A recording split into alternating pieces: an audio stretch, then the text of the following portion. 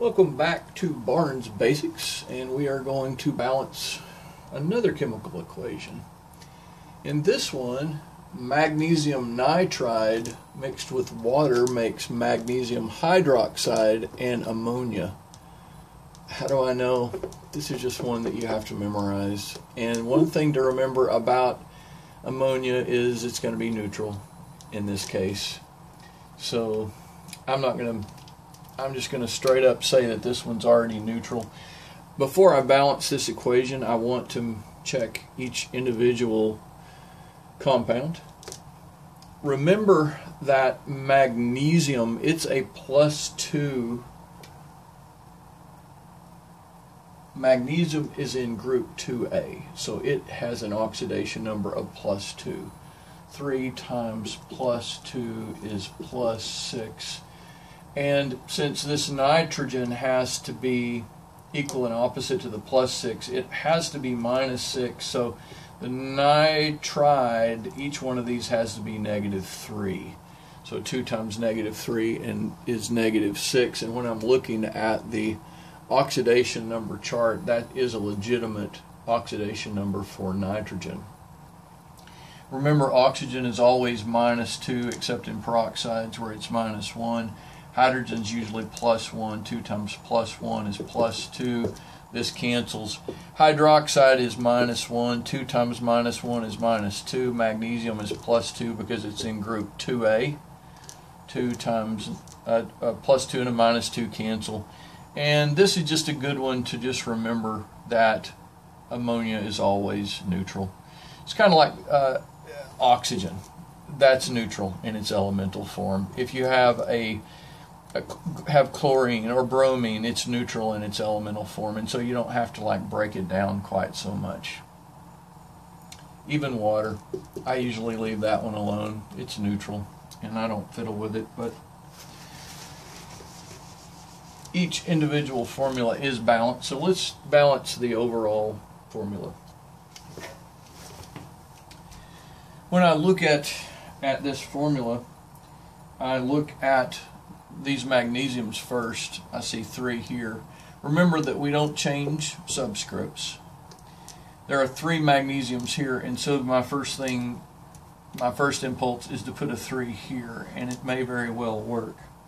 So now we have 3 magnesiums, and this is a little bit tricky here. We have 2 hydrogens, so we have 3 times 2 is 6 hydrogens. We have 2 oxygens, so 3 times 2 is 6 oxygens, so that's a little bit kind of tricky right there.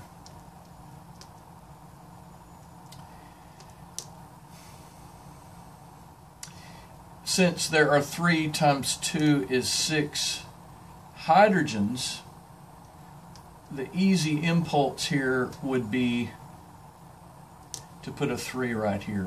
And I think that this may work pretty well. If we put a 3 in front of the water, 3 times 2 is 6. 3 times 2 is 6. We have 3 times 2 is 6 oxygens. We have 3 oxygens right here. And now we have 6 over here. So there's kind of a problem here. I probably would back out of this because it didn't really solve all of my problems. So let's go back to the first. We were okay as long as we were with magnesium. We were fine. Let's go to nitrogen next and see if we can go from that angle. There are 2 nitrogens here, and then there's 1 right here. So let's put the next number here. 2 nitrogens.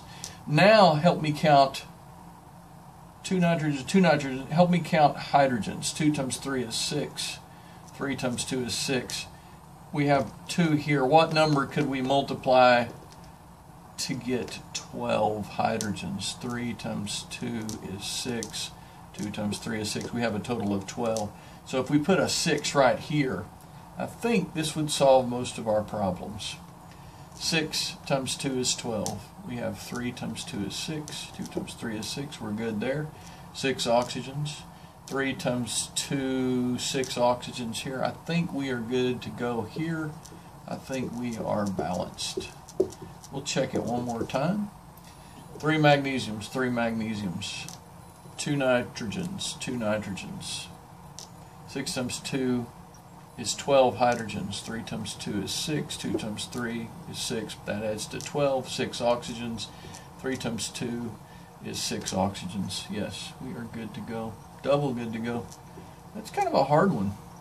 So in this case, whenever I put that 3 on here earlier and it kind of it did one thing but then it messed something up, I just took that off and just started with something else. In this case, I went back to the nitrogen and got that problem solved.